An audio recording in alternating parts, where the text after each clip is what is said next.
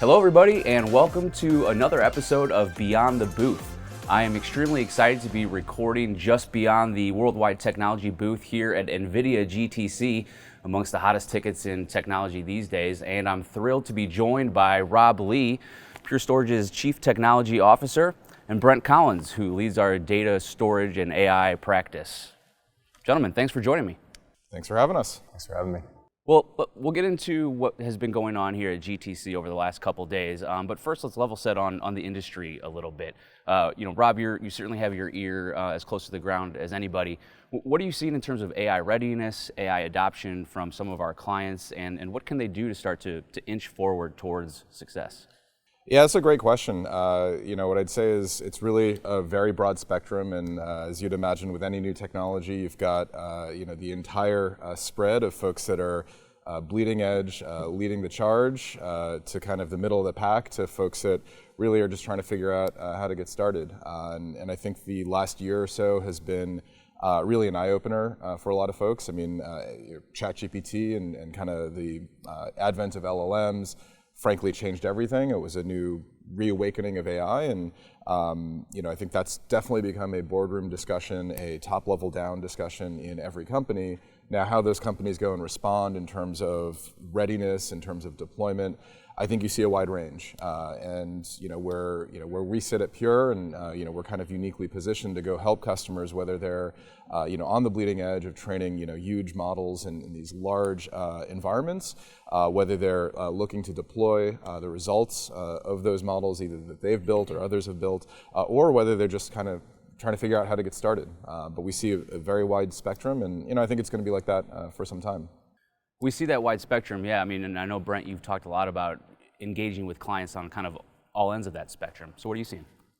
It's one of the most exciting times to be in the industry. I remember, starting about 25 years ago and being on the front edge of mobility, and you saw that kind of explode. You've seen, the explosion of cloud recently.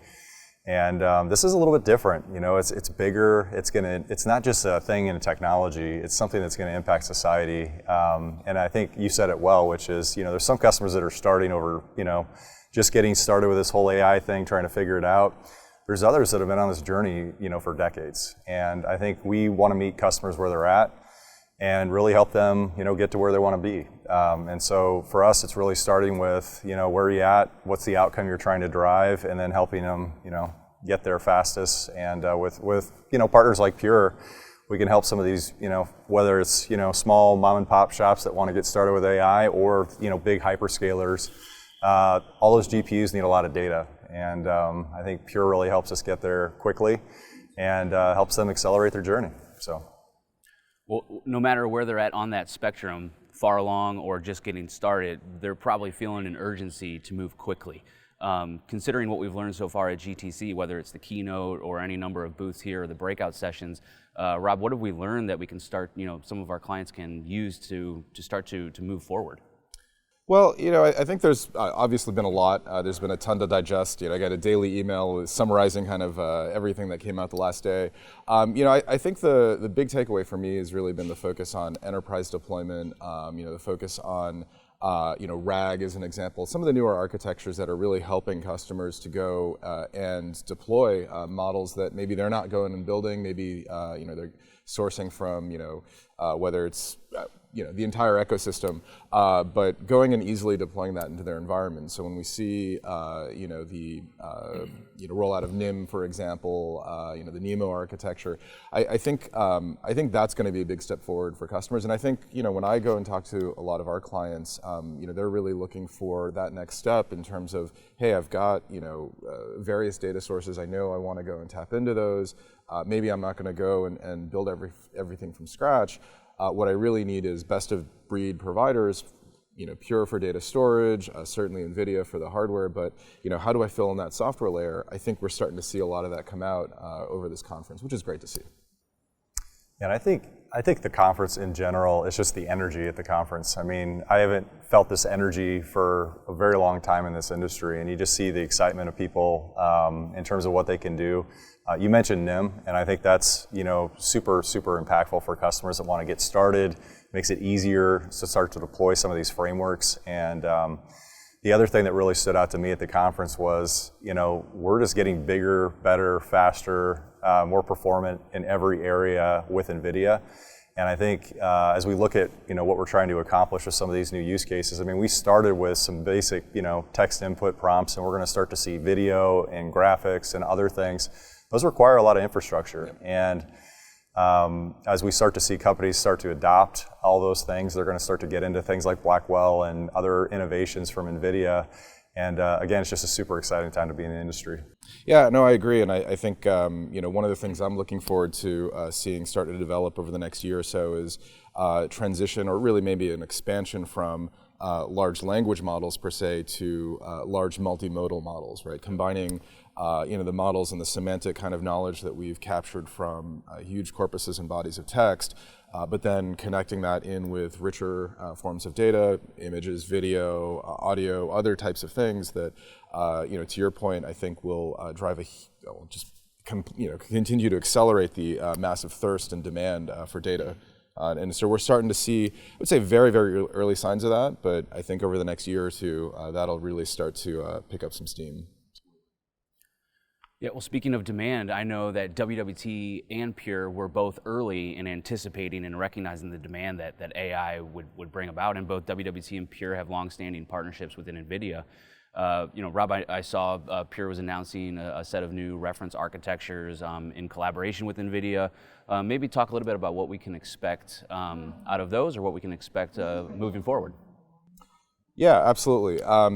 So as you mentioned, we've partnered, for a long time on what I would refer to somewhat, amusingly as traditional AI type deployments, going back to really 2016, 2017, when the focus is all around self-driving cars and images and video and convolutional neural networks and that sort of thing. And we continue to do very well in that type of very, I would say, data-intensive training space.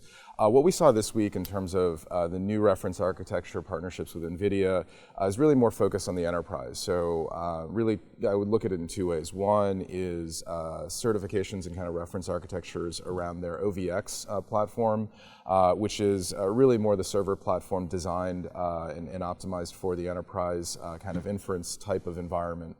And the second is, a body of work that we've really been doing with NVIDIA over the last 6 to 9 months, to help them build a reference architecture for newer architectures such as RAG, Retrieval Augmented Generation. And that's where we've seen a lot of success in combining, the NVIDIA software stack, clearly the GPU hardware, but then with FlashBlade to accelerate a lot of the vector databases and a lot of the applications that start fitting into that RAG stack, if you will, that we're seeing a lot of, I would say, early demand signs from customers in terms of enterprise on-premise deployment. Yeah, just one comment there too is I think we're starting to get into the enterprise space. We've kind of looked at the hyperscaler space and they're doing amazing things in this area, but I think the reference architectures really make it easy for enterprises to start to adopt. The other thing you called out is, part of this is inferencing. We haven't talked a lot about digital twin metaverse yet either, and that's been a big theme here at the show as well. And we're going to start to see a lot of that get rolled out in the enterprise. So if you're a manufacturer and you want to create a digital twin of your floor, that's something we can do now. If you're, looking at, I make engines, for example, and I want to create a digital twin and help with maintenance and help predict different things that are happening. Those are things that are applied to the enterprise. And so a lot of it gets, we're talking a lot about large language models, and rightfully so, but there's a huge other universe, if you will, no pun intended, around metaverse, around digital twins, that these reference architectures with OVX are going to be really powerful to support. Yeah, you mentioned the reference architectures and FlashBlade, and you're talking about kind of that expanding universe. It's getting so complex. It feels like a great time to bring up the WWT AI Proving Ground Lab. I know FlashBlade is in there. Brent, maybe just a quick overview of the Proving Ground and the value that it's bringing to market.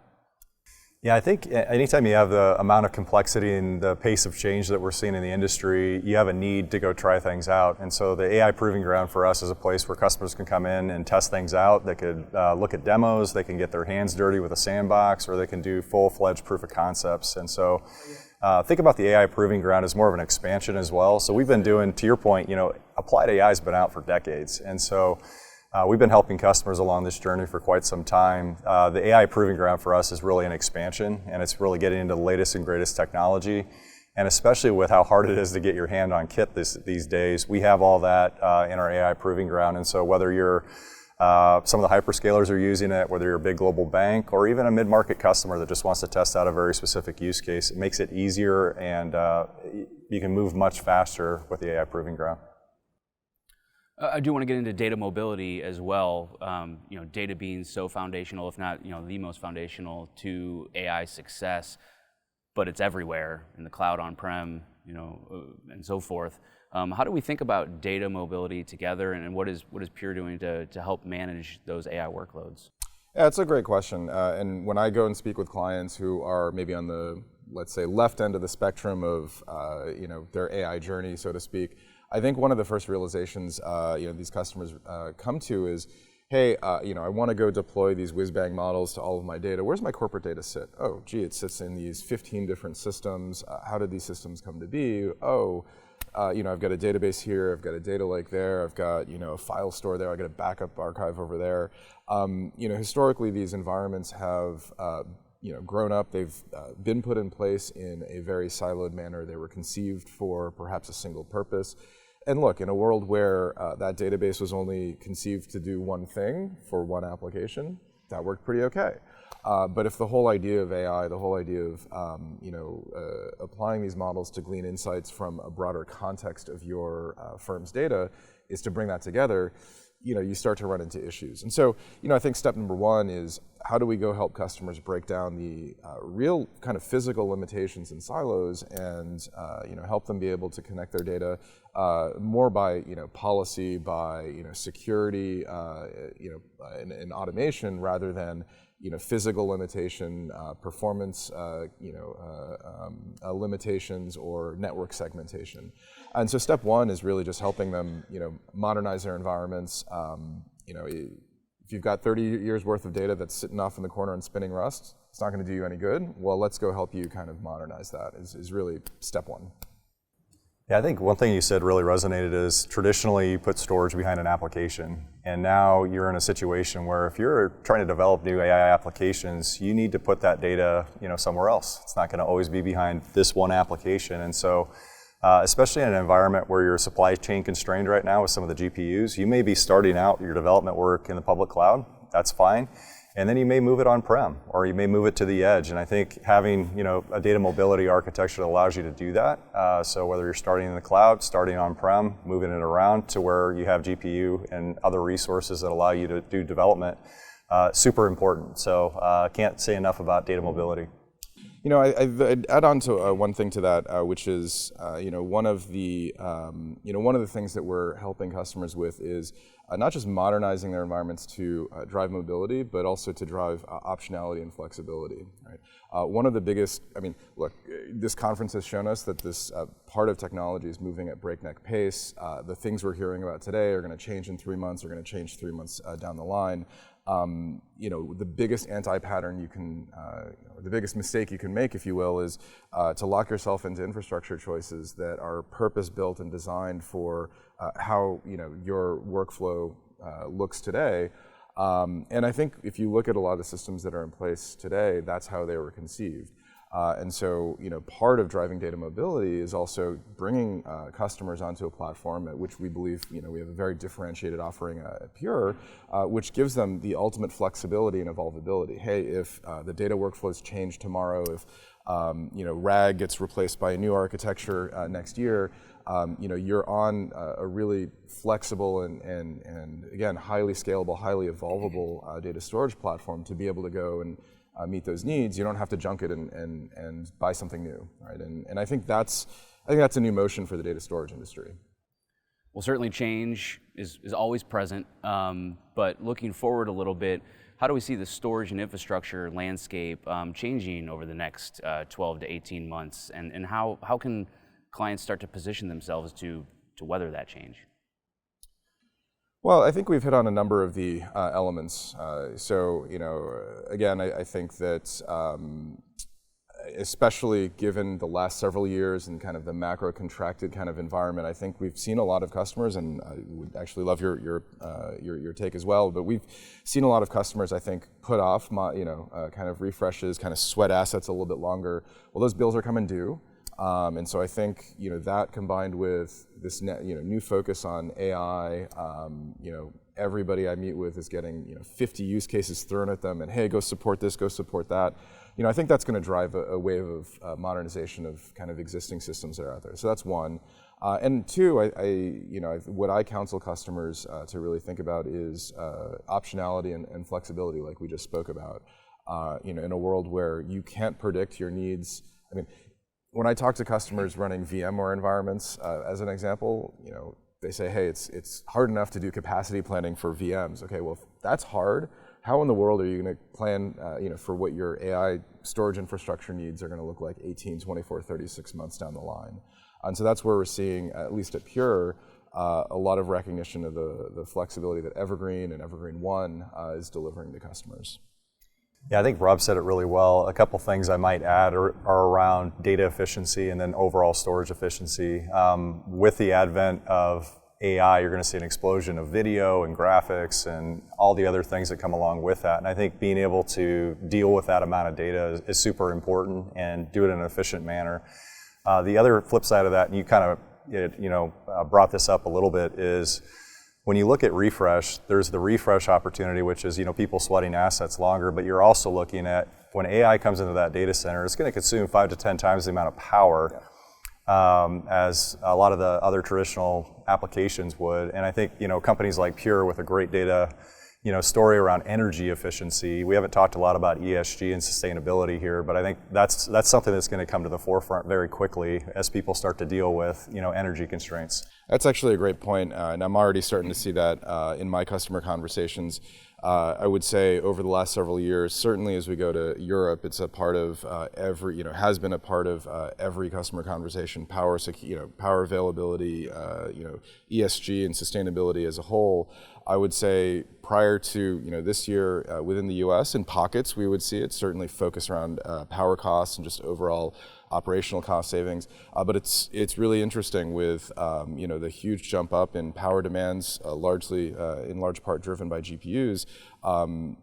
Power cost rising is a big driver, but when you can't get power, that's a huge driver. And we're starting to see really the awareness to power and space limitations really rising up the list. And I think that's where, as you mentioned, we have a very differentiated position to go help customers, reduce that footprint significantly. Awesome. It's been a tremendous conversation. I do want to get some final thoughts from both of you, just as it relates to GTC. So, as our viewers watch this, any type of actions or themes that they should be paying close attention to in the context of what we've learned thus far at GTC?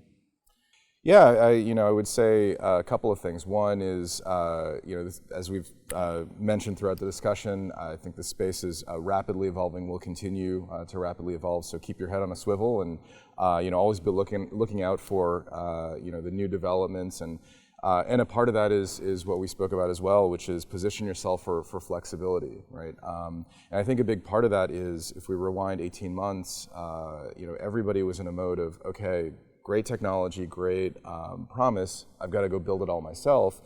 Well, we've seen with every technology advent as the curve the maturity curve progresses, customers have a much better set of options in terms of build, buy, customize.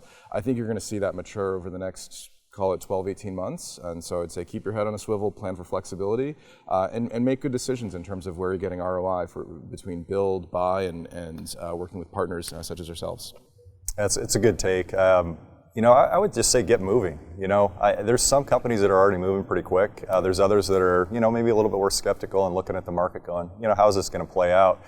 And I think even if you start now and maybe you don't go in the right direction, you're going to learn a ton. And so in a space that's moving really, really quickly, sometimes you might say chaotically, you got to get started. Get your hands dirty, start working on use cases. Maybe it's not the perfect use case, but get started, try to figure it out. And I think as things evolve, you're going to be on the forefront. You don't want to wait and go, oh man, I should have been doing that a couple years back. I think in a couple years, if you get started today, you're going to have use cases built out. You're going to know better about how you're going to handle AI. And you're going to be able to serve your customers better. You're going to be able to be more efficient with your employees. And so get moving. Absolutely.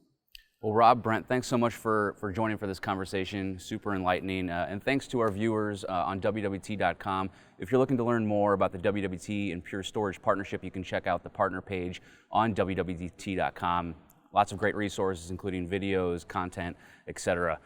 Thanks for watching.